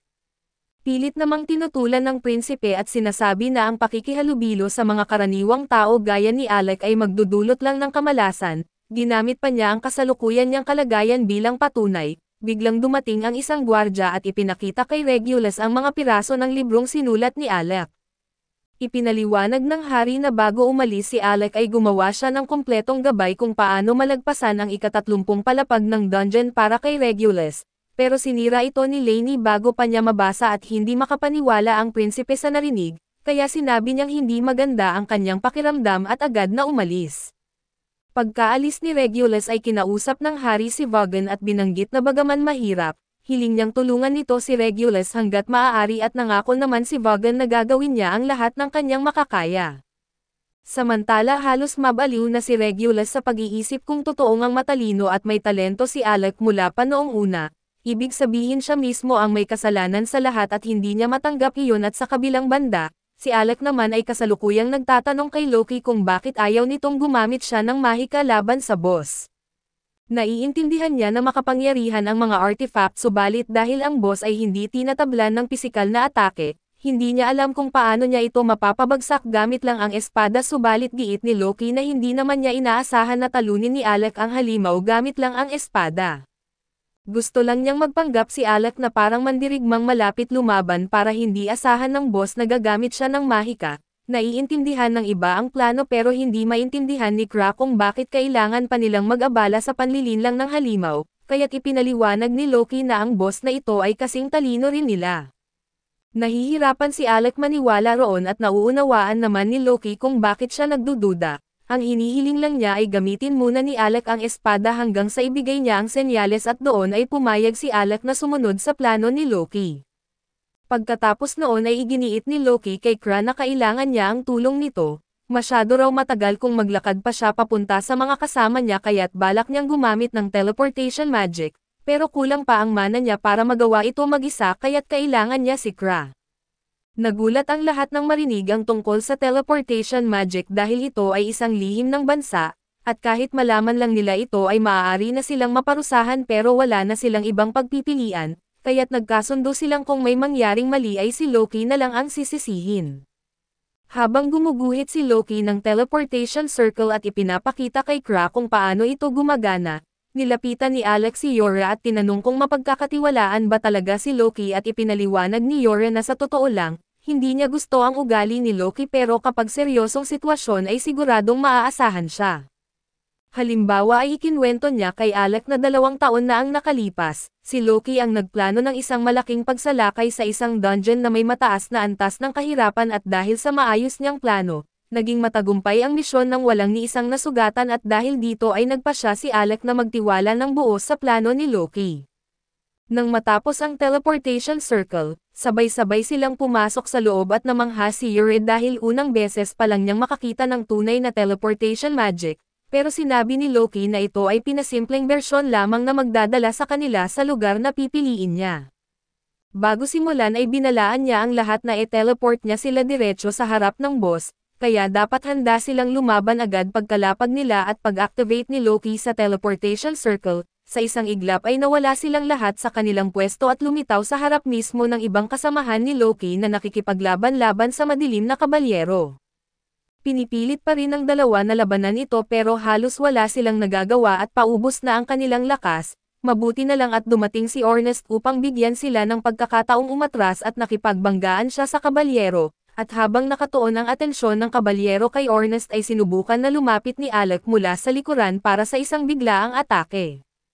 Pero agad itong nakaramdam ng panganib at tumalon sa ere para umiwas sa pag-atake, pagkatapos noon ay umatake ang kabalyero sa kanilang dalawa, samantala ay dumating sina Loki at Kra para tulungan sina Raywell at Marbel na makaligtas.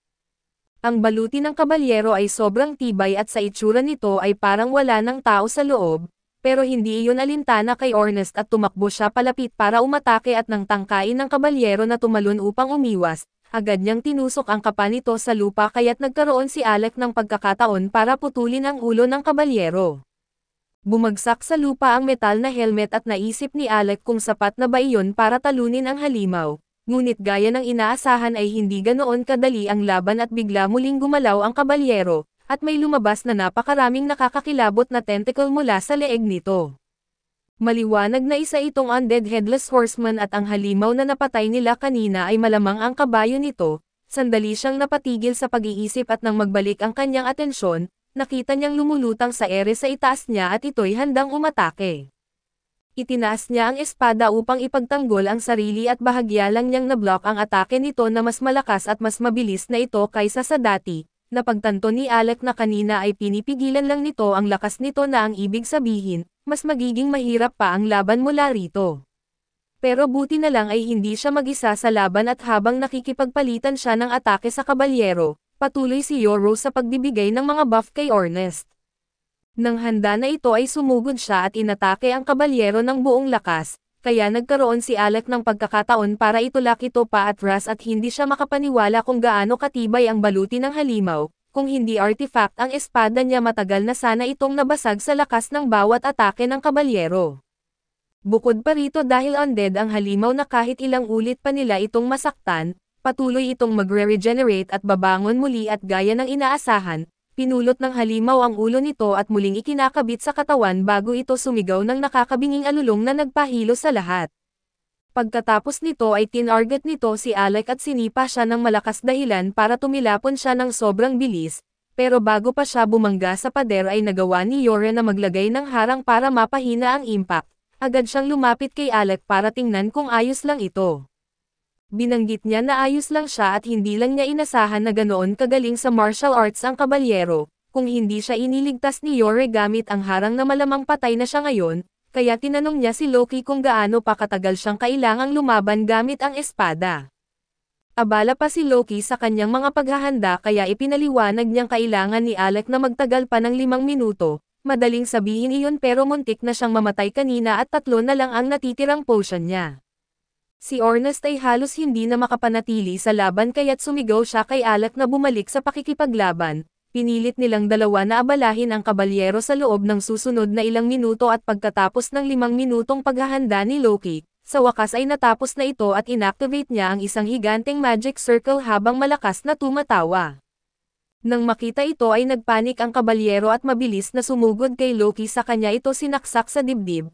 Pero iyon pala talaga ang gusto ni Loki na mangyari at lumabas na ilusyon lang pala ang lahat at ang malaking magic circle ay bitag lang para mahuli ang kabalyero sa bitag. Biglang nagyelo ang sahig sa ilalim ng mga paan ng kabalyero habang pinapanood siya ng totoong Loki mula sa tore, pagkatapos ay naapakan ni Ornest ang isang teleportation trap na inihanda ni na Loki at Kra at agad siyang nailipat sa likuran ng kabalyero. Kaya nagawa niyang itulak ito paharap bago tumalon si Marvel mula sa arko at inatake ito mula sa itaas. Nakaiwas ang kabalyero ngunit bahagi rin iyon ng plano dahil may isa pang ice trap na inilagay si Loki upang pabagalin ang galaw nito. Napagtanto ng kabalyero na si Loki ang may plano ng lahat ng mga bitag kaya umakyat ito sa tore upang masugod siya. Hinugot ni Loki ang isang magic blade upang makipaglaban. Ngunit nag-aalala si Erwell dahil alam niyang hindi sapat ang lakas ni Loki para labanan ang kabalyero ng mag-isa at nakapaghanda naman si Loki sa pamamagitan ng pagpapabigkas kay Yore ng isang 7-fold strength enhancement sa kanya, ngunit hindi sanay ang kanyang katawan sa ganoong klaseng lakas kaya halos hindi niya kayanin. Habang inaantala ni Loki ang kabalyero at gumamit si Yore ng binding spell upang itali ito sa lugar, ngunit nagawa pa rin ng kabalyero na tamaan si Loki dahilan upang mahulog siya mula sa arko at bumagsak ng malakas sa lupa. Gayunpaman ay hindi siya nagpakita ng pag-aalala dahil ayon sa kanya lahat ay ayon sa plano. Habang nahuhulog siya ay sumigaw siya kay Alec na handa na ang entablado at oras na para tapusin niya ang laban. Si Alec ay nagsisimula ng pagcast ng malaking hanay ng mga magic circle sa buong gabi, at si Loki ay namangha dahil mas marami pa ito kumpara sa ginamit niya laban sa ibang boss pero pagkatapos ng lahat ng laban na ginawa ni Alec, ang katawan niya ay nagsisimula ng bumigay dahil sa sobrang pagod na kailangan para mapanatili ang ganoong kakomplikadong magic. Pilit niyang nananatiling malakas at bumalik sa pagtayo para makast niya ang Thunderbolt Acceleration Spell, pero kahit malaki ang damage nito at nakakagalaw pa rin ang Knight at nagsisimula na itong makawala mula sa binding magic na ginamit ni Yora. Binibigay niya ang best niya para mapigilan ito pero sa bilis ng sitwasyon, kahit anong minuto ay makakatakas na ang Knight kaya't sinabi niya kay Alec na bilisan na at tapusin na ito, pero mas madaling sabihin kaysa gawin dahil ang katawan ni Alec ay nasa sukdulan na ng pagsuko. Ito na ang pangalawang beses ngayong araw na ginamit niya ang ganoong kalakas na spell, at ang mabilisan na pagkaubos ng mana ay kayang mag-iwan ng kahit sinong tao sa critical condition at si Alec ay hindi exception. Pero marami na siyang dahilan para lumaban ngayon. Kaya kahit gaano kasakit ay pinilit niyang magpatuloy at tapusin ang casting process para sa isa sa mga ultimate niya, Nabuo ang isang lightning dragon at pag-release ni Alec nito ay diretsyong lumipad papunta sa Knight, at tinunaw ito pagtama at tinapos ang laban. Ngayon na wala ng panganib ay bumagsak si Alec sa sahig dahil sa sobrang pagod, at nagbiro siya sa sarili niya na ang pagkakaroon ng maaasahang teammates ay sobrang nakakaiba kapag may kinakaharap na panganib. Lumapit si Yora at sinabi na mas parang sila ang umaasa kay Alec buong oras dahil hindi nila kayang talunin ang bagay na iyon kung wala siya. Masaya lang si Ernest na bumalik na si Alec sa dati niyang malakas na anyo at sa ibang usapan, pinapaalala niya kay Alec yung pusta na ginawa nila kanina at naalala ni Alec na bago nagsimula ang laban, sinabi ni Ernest na ang unang tao na mawawalan ng malay ay kailangang gumawa ng dare. Technically ay nawalan ng malay si Alec kanina kaya't siya ang may utang. Pero dahil nangyari iyon pagkatapos ng laban ay naging mas maluwag si Ernest sa dare at sinabi kay Alec na mula ngayon, hindi na siya pwedeng magtago ng sekreto sa kanila kapag may bagay na bumabagabag sa kanya. Kahit kay Ernest, Yora Okra ay gusto niya na magsabi si Alec kahit sa isa sa kanila kapag may problema siya para matulungan nila siya. Lumapit si Ryle para magpasalamat kay Alec at sa iba sa kanilang tulong at gusto rin magpasalamat ni Marbel. Pero mas hands-on siya at hinalikan niya si Alec sa pisngi na ikinagulat ni Yura. Tinanong ni Marbel si Alec kung gusto niya minsan sumama sa pag-raid ng mga dungeon kasama siya, pero sumingit si Yura at iginiit na si Alec ay magician ng party nila kaya hindi niya ito pwedeng kunin at malaki ang utang ng Recroma party kay Alec, kaya bilang leader ay inalok ni Ro na gagawa siya ng recommendation para sa kanya. Medyo nalito si Alec tungkol sa binanggit na recommendation kaya't ipinaliwanag nila sa kanya na para ma-promote sa S-rank, kailangan may recommendation ka mula sa isang S-rank party at approval ng guildmaster at hindi naman daw magiging mahirap na makuha ang guildmaster. Kaya sinabi ni Raul na siya na ang bahala doon at pagkatapos noon ay kinuha ni Alec ang Magic Stone ng Knight at dahil dito, ang Recroma Rescue Mission ay opisyal na naging isang flawless success at pagbalik nila sa guild. Binati si Alec ng receptionist sa matagumpay na mission at sinabi na mainit siyang topic sa guild nitong mga nakaraang araw. Tinanong niya si Alec kung nakapagpahinga ba siya para makarecover pagkatapos ng malaking laban at ipinaliwanag ni Alec na nasa perfect shape siya, kaya ibinigay nito ang reward sa kanya at paalis na sana siya pero pinigilan siya ni Lael bago siya makaalis. Binanggit kay Alec na mayroon siyang bisita mula sa kaharian ng Galana. Nagulat si Alec dahil wala na siyang business sa kaharian pero nagdesisyon siyang harapin ang bisita at nakita niyang naghihintay si Vogan para sa kanya. Sa lahat ng tao na nakaharap ni Alec sa castle si Vogan ang talagang chill na tao, kaya't yumukod ito at sinabi na masaya siyang makita ulit si Alec. Pero bago pa man ang mga pagbati ay agad tinanong ni Vogan kung sinusubukan ba ni Alec na ipapatay si Prince Regulus dahil hindi niya ito binalaan na masyadong mahina ito para humawak ng dungeon mag-isa. Kalma lang na sumagot si Alec kay Vogan at tinanong niya ito kung sa tingin ba niya ay makikinig si Regulus kahit sabihin niya sa kanya ang babala. Na-realize ni Vogan na may punto si Alec kaso ayaw pa rin niya ang katotohanan na naipit siya sa ganitong pangit na trabaho matapos ma-fired si Alec dahil malaking pagsasayang ito ng oras niya.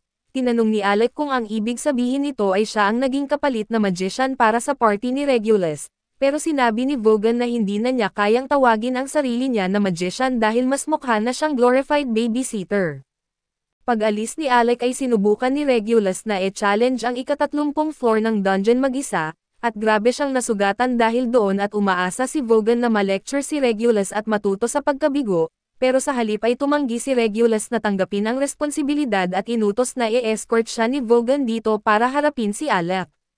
Tinanong ni Alec kung ang ibig sabihin nito ay nasa syudad ngayon si Regulus at kinumpirma iyon ni Vogan, na sinasabing nasa underground training arena siya ngayon habang nag-uusap sila at hindi inaasahan ni Alec na haharapin niya ulit si Regulus, pero iniisip niya na ito na ang tamang pagkakataon para tapusin ang isyu ng tuluyan. Kaya kahit may karapatan siya na baliwalain na lang ang pag-iral ni Regulus, nagdesisyon siyang pumunta roon at harapin siyang personal at habang bumababa sila sa hagdan, idinagdag ni Vogan na ang tanging meron lang ang prinsipe ay ang matinding pagtanggi na i-compromise ang pride niya. Pero personal niyang hindi maintindihan kung bakit pinipilit ng mga noble na ipakita na nakahihigit sila sa mga commoner dahil mukhang sobrang pag-aksaya lang ito ng oras sa kanya. Paalala ni Alec kay Vogan na noble rin siya pero hindi niya kailanman inintindi ang mga titulo dahil gusto niya lang mabuhay ayon sa sarili niyang kagustuhan. Pagdating nila sa arena nakita nila si Regulus na nakatayo sa gitna at sa gulat ni Alec. Ang una nitong sinabi ay plano ng hari na baguhin ang paraan ng pagpapatakbo sa kaharian at kahit hindi siya sang-ayon doon, dahil sa respeto sa kanyang ama ay papayag siya sa bagay na iyon. Nagbigay ito ng pag-asa kay Alec na baka sa wakas ay natauhan na si Regulus. Pero nagpatuloy itong nagsabi na kahit ganoon at hindi niya kayang tiisin ang ideya na makinig sa mga walang kwentang sinasabi ng mga commoner kagaya ni Alec. Sinabi ni Alec kay Regulus na kung nakinig sana siya sa payo niya na mas maayos sana ang kondisyon niya ngayon. Pero tumanggi si Regulus makinig at alam ni Alec na hindi siya makakapasok sa isip nito kaya't nagdesisyon siya na huwag na sayangin ang oras niya. Nabuhay si Regulus ng 15 taon na sinasabihan na mas nakahihigit siya sa mga commoner sa lahat ng bagay. Kaya hindi niya matanggap ang posibilidad na baka siya mismo ang problema rito. Sa desperado na pagtatangka na patunayan na hindi kasinungalingan ang lahat ng sinabi sa kanya, kinuha niya ang mga sandata niya at hinarap si Alec sa isang duel at gusto niya si Vaughan ang magsilbing saksi sa laban. Sumugod si Regulus kay Alec na pinilit siyang depensahan ang sarili gamit ang wand niya. Pero nabigla siya dahil gumamit si Regulus ng mga dagger imbes na ang regular na longsword niya. Ilang taon na ang nakalipas noong pumipili pa lang ng weapon si Regulus. Pinayuhan siya ni Alec na gumamit ng dagger imbes na longsword dahil masyado pang maliit ang katawan niya para ma-handle ang bigat ng maayos. Pero agad niyang sinupalpal ang concern na iyon pero ngayon ay sinusunod na niya ang bagay na iyon. Pero ang simpleng pagpapalit ng weapon ay hindi automatic na ginawang mas magaling ang fighting skills niya, kaya iniwasan ni Alec ang isa sa mga atak nito kaya't tumama ang mukha ni Regulus sa lupa at naramdaman ni Alec na may kinalaman si Vaughan sa pag-arrange nito, kaya tinanong niya kung ano ang sinabi niya sa prinsipe. Pero ang sinabi lang ni Vaughan kay Regulus ay kung gusto niyang pabulaanan ang lakas ni Alec, kailangan niyang patunayan iyon sa pamamagitan ng pagtalo sa kanya sa laban at sa dulo. Choice ni Regulus na pumunta dito at e-challenge si Alec at dapat bigyan din ng konting credit si Regulus dahil hindi siya nagbabalak gumawa ng kahit anong dirty tricks. Gusto niya lang ng fair one-on-one at artifact ang mga dagger niya kaya't malakas ang epekto nito, at nang mag-clash sila ni Alec ng harap-harapan at nagawa niyang mabutas ang shield ni Alec pero iyon na ang pinaka nagawa niya, nag-training ng matagal si Regulus gamit ang mga dagger na ito bilang paghahanda sa laban. Doon niya na-realize na ang support magic ni Alec ang tunay na dahilan kung bakit umabot siya ng ganoon kalayo sa dungeon. Pagka-fired ni Alec at paulit-ulit niyang sinubukan clear ang 30th floor ng mag-isa, pero lagi siyang sobrang nasusugatan pagkatapos at hindi niya maintindihan kung bakit. Pero kalaunan ay nagdesisyon siyang basahin ang mga na-recover na pages ng report na sinulat ni Alec at nagalit siya dahil lahat ng sinulat ni Alec ay totoo pala. Kaya kung ginamit niya iyon mula sa simula at hindi sana siya paulit-ulit na nabigo. Sa pagbabasa pa lang niya ay nakita niya kung gaano ka-talented si Alec at mas lalo niyang hindi matanggap kung paano niya ito trinato noon, kaya sinabi ni Regulus kay Alec na i-activate niya ang artifact niya at harapin siya at tinanong ni Alec si Regulus kung sigurado pa rin ba siyang gusto niyang lumaban kahit alam niya ang laki ng power difference nila. Tumanggi si Regulus na umatras pero bago sila mag-clash at may isang tanong si Alec. Gusto niyang malaman kung totoo ba na gusto talagang baguhin ng hari ang pagpapatakbo ng Royal Court at kinumpirma iyon ni Regulus, at dinagdag pa niya na sinusubukan daw ng hari ang lakas ng mga commoner kaya't niya pinadala si Regulus at Alec sa dungeon. Kung test lang pala iyon ay iyon ang dahilan kung bakit palaging mabait sa kanya ang hari at ang balitang ito ang pinakamagandang narinig ni Alec sa araw na iyon, dahil ibig sabihin ay hindi nasasayang ang 4 na taon niya bilang court magician. Ngayon para kay Regulus ay sinabi niya dito na maghanda dahil hindi siya mag-hold back. Kinuha niya ang artifact niya para sumugod dito at nanginginig si Regulus dahil alam niya na malapit na siyang bugbugin ng sobra, pero nakatayo pa rin siya at handang tanggapin si Alec. Pero sa mismong pagbangga ay binago ni Alec ang direksyon at tinamaan niya ang lupa imbes na si Regulus. Tinanong ni Regulus kung bakit pinili ni Alec na patawarin siya at pinapaalala niya kay Alec lahat ng beses na ininsulto niya ito, hindi pinakinggan at tinawanan ng walang dahilan. Ibinabase niya ang buong identity niya sa ideya na nakahihigit siya dahil isa siyang noble pero kung hindi pala iyon totoo, ano na ang dapat niyang gawin sa sarili niya ngayon at pumunta siya dito na iniisip na ang mamatay sa kamay ni Alec ay magandang paraan para mapanatili kahit papaano ang honor niya, pero pati si Alec ay tumitingin sa kanya na may awa lang at hindi na niya alam kung ano ang dapat gawin. Si Alec ay kadalasan ay hindi natatawa sa paghihirap ng iba, pero nakakatawa para sa kanya kung paano nangyari ang lahat at pumunta siya dito handang lumaban kay Regulus, at akala niya sisigawan siya ni Regulus at mumurahin pero nauwi ito sa paghingi ng life advice. Dahil sa sobrang kalokohan ng sitwasyon ay na-realize ni Alec kung gaano kasili lahat ng ito kaya't hindi na siya galit, matapos ma-realize ni Regulus na hindi galit si Alec sa kanya at humingi siya ng tawad at sinabi niyang sorry dahil sa kung paano niya ito tinrato noon, at nagulat talaga si Alec dahil hindi niya akalain na kaya pala ni Regulus tanggapin ang pagkakamali niya. Naiintindihan niya na ganoon lang si Regulus dahil ganoon siya pinalaki at kahit hindi iyon tama dahil handa naman itong magbago, nagdesisyon si Alec na palampasin iyon at inabot ang kamay niya kay Regulus at inabot ni Regulus ang kamay ni Alec, pero umatras siya bigla dahil nahihiya pa rin siya sa buong bagay at gusto niya pa rin magtira ng kaunting pride. Kinuha niya ang Court Magician Cloak na pagmamayari ni Alec at humingi ng tawad dahil kinuha niya iyon noong araw na iyon. Binanggit niya na pwede ibalik iyon kay Alec kung gusto niya at mayroon din siyang sulat mula sa hari na nagsasabi na may open seat na naghihintay sa kanya sa Royal Court kung sakaling piliin niyang bumalik. Tinanong ni Alec kung inuutusan ba siya ng hari na bumalik pero sinabi ni Vogan na malinaw na request iyon at pwede niya itong tatanggihan kung gusto niya. Sa ganong kaso ay iginiit ni Alec na hindi niya kailangan ang cloak o ang sulat dahil masaya siya kasama ang party niya at wala siyang balak iwan ang mga ito muli. Tinanggap ni Regulus ang desisyon ni Alec pero gusto pa rin niyang ibigay ang cloak dahil karapatan ito ni Alec. Pagkatapos ay sinabi niya kay Vogan na oras na para umalis dahil wala na siyang ibang sasabihin kay Alec subalit habang naglalakad siya paalis, may bahagyang ngiti sa mukha niya at mukhang pareho sina Alec at Regulus ay nagkaroon ng closure sa encounter na ito. Kinabukasan nakipagkita si Alec sa mga kaibigan niya at tinanong sila kung may free time ba sila ngayon, sina Yora, Gracia at Ornes ay nagsabing free sila kaya't tinanong nila kung ano ang nasa isip niya. Sinabi ni Alec na umaasa siya na maipapakita nila sa kanya ang paligid ng Fizzle dahil hindi pa siya sanay dito. Pero kahit usually masaya silang lahat na tulungan siya, nakilala ni na Ornest at Crazy na golden opportunity ito para mabigyan si Yore ng time mag-isa kasama si Alec kaya't gumawa silang dalawa ng fake excuses para umiwas.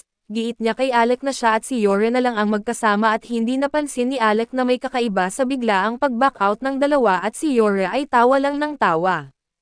Pero alam niya na binigyan lang talaga siya ng napakagandang chance ng dalawang iyon, pero muntik niya itong nasayang agad nang bigla niyang tanungin si Alec kung gusto ba niyang i-reschedule ang date, pero sinabi niya na okay lang sa kanya kahit silang dalawa lang.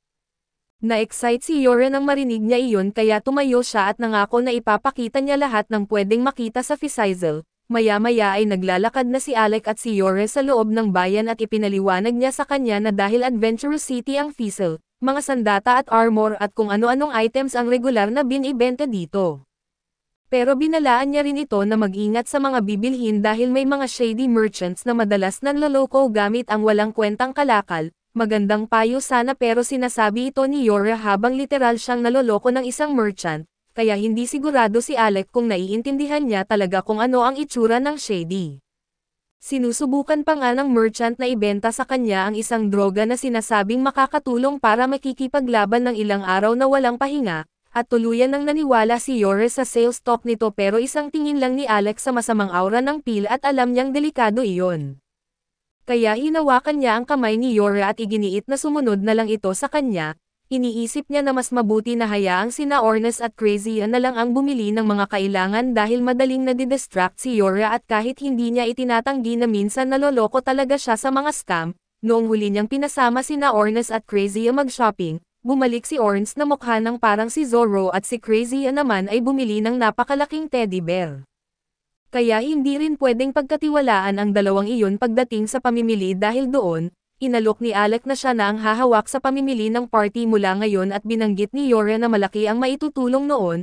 Pagkalakad pa nila ng kaunti ay napansin ni Alec ang isang coffee shop kaya nagsuggest siya na mag-break muna sila at pareho silang pumasok para uminom ng tsaa. Habang nakaupo sila ay naalala ni Alec kung gaano kalakas talagang ayawan ni na Ornes at Crazy kay Loki. Kaya tinanong niya si Yore tungkol doon at sinabi ni Yore na mahaba ang kwento at ipinaliwanag niya na 2 taon na ang nakalipas, may nakasalubong silang A-rank party na may problema sa isang dungeon kaya tumigil sila para tumulong. Maya-maya ay dumating din sila Loki para tumulong kaya nagtulungan silang lahat para talunin ang floor boss pero habang naglalaban, nakuha ni Ornes ang tama habang pinoprotektahan niya ang isang A-rank adventurer at tinamaan siya ng bolt ng acid spit sa likod. Pagkatapos ng laban ay nagtangka si Ornes magpanggap na okay lang siya, pero bumigay ang mga paa niya pauwi kaya binuhat siya nina Loki at Ren pabalik at sa simula, mabait naman ang trato ni Loki kay Ornes pero habang nakahiga si Ornes, paulit-ulit na tumatama ang dulo ng spear niya sa ulo ni Loki.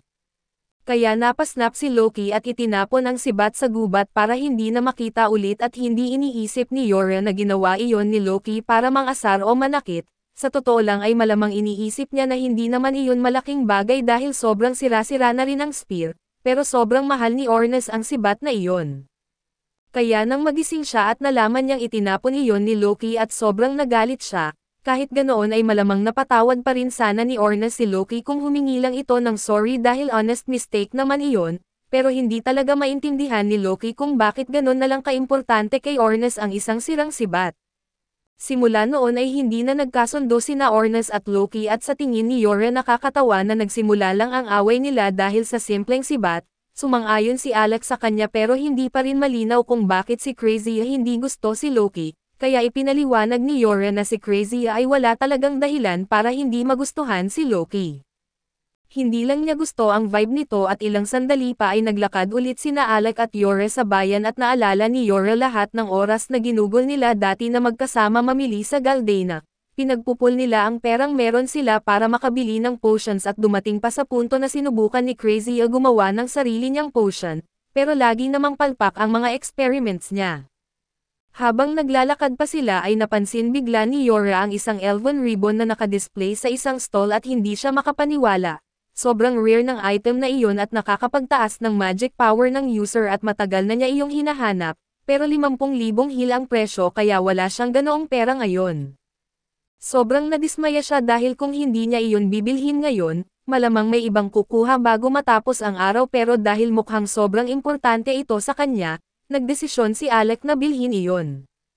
Tinanong ni Yora kung sigurado ba siyang gusto niyang gumastos ng ganoon kalaki para sa kanya, pero sinabi ni Alec na para ito sa ikabubuti ng party dahil ang magic ni Yora ay malaking haligi ng coordination nila at bukod pa doon, may pera naman siya dahil sa ipon niya nang nagtrabaho siya bilang court magician, kaya gusto niya talagang bigyan si Yora ng isang magandang regalo.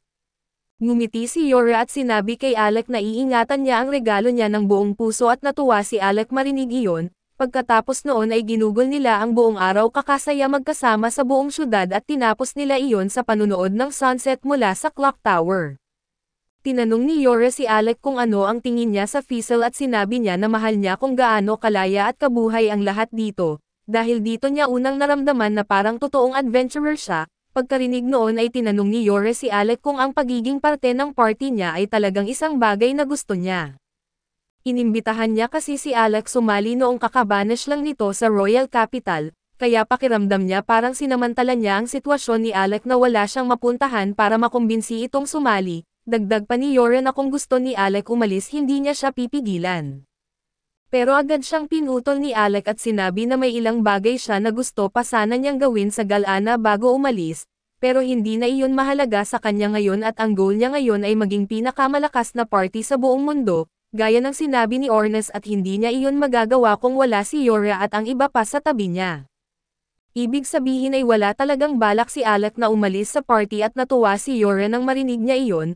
Magandang pagbabago ito mula sa karaniwang ugali ni Alec na laging tahimik at hindi nagsasabi ng nararamdaman. Ibinahagi ni Alec na gusto lang niyang ipaalam sa kanya kung ano talaga ang nararamdaman niya at may isa pa siyang gustong sabihin.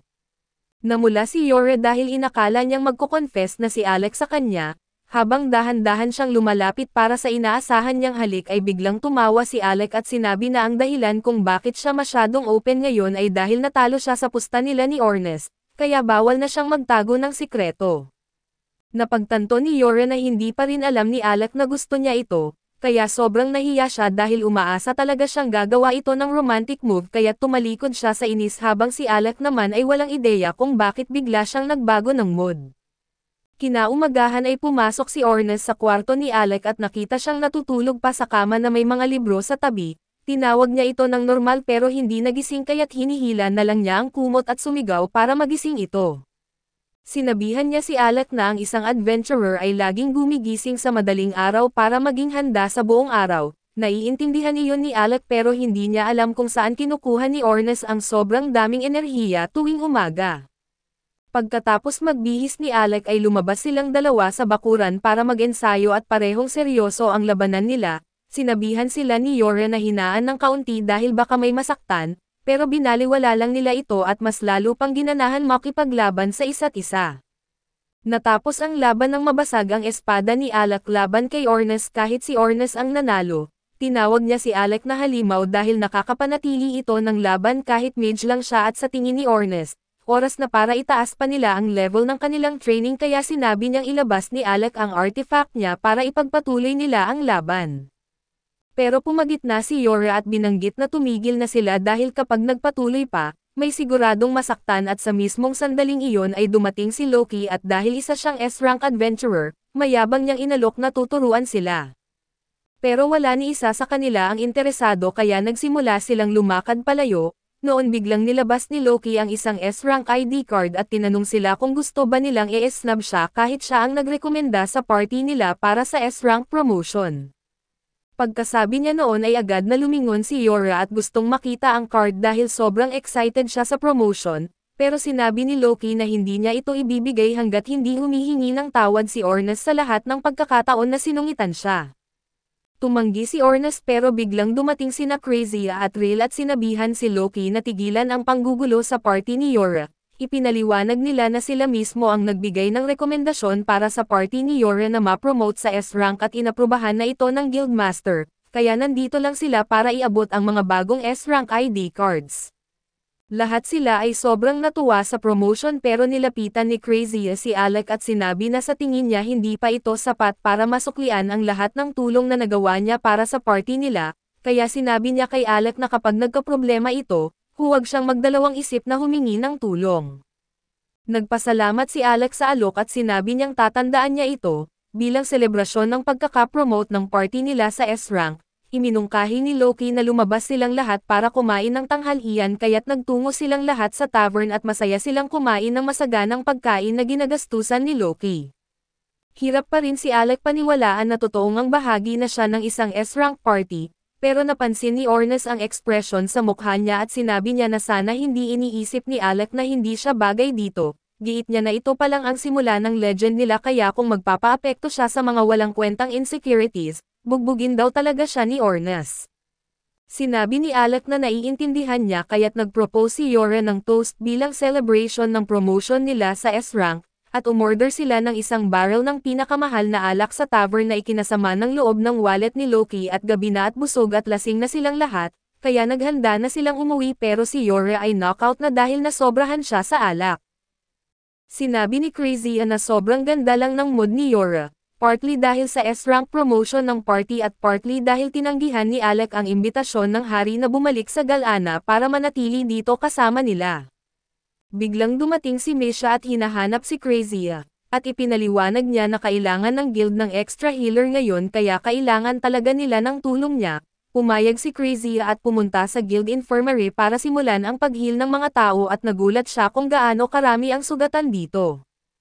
Kaya tinanong niya si Misha kung may failed dungeon raid baka makailan, pero ipinaliwanag ni Misha na hindi galing sa monsters ang mga sugat na ito at gawa ito ng mga tao at nagulat si Crazy dahil ngayon lang niya nalaman ito, pero apparently may grupo ng mga kriminal na umatake sa mga adventurers kamakailan, at tinatawag nila ang sarili nila na Shadow Guild. Biglang dumating ang Guildmaster para tawagin si Crazy para tumulong dahil may isa pa siyang sugatang adventurer. Sobrang grabe ang kondisyon ng babae pero puno ang infirmary kaya dinala muna siya sa kwarto ng Guildmaster. Ang pangalan niya ay Olivia at mag-isa lang siyang inatake ng Shadow Guild kaya kritikal ang kalagayan niya. Pero dahil nandito si Crazy para gamutin siya at sigurado si Misha na magiging okay siya, sinimulan ni Crazy i-inspect lahat ng sugat ni Olivia pero bago siya makapagsimula ng healing, nagising si Olivia at hinawakan ang kamay nito. Tinanong niya agad kung nasaan siya at ipinaliwanag ni Crazy na dinala siya sa guild para gamutin matapos siyang atakihin ng Shadow Guild, Pagkatapos ay tinanong niya kung natatandaan ni Olivia ang kahit anong useful na impormasyon tungkol sa Shadow Guild, bigla namang nagalit si Olivia dahil naalala niya ang betrayal.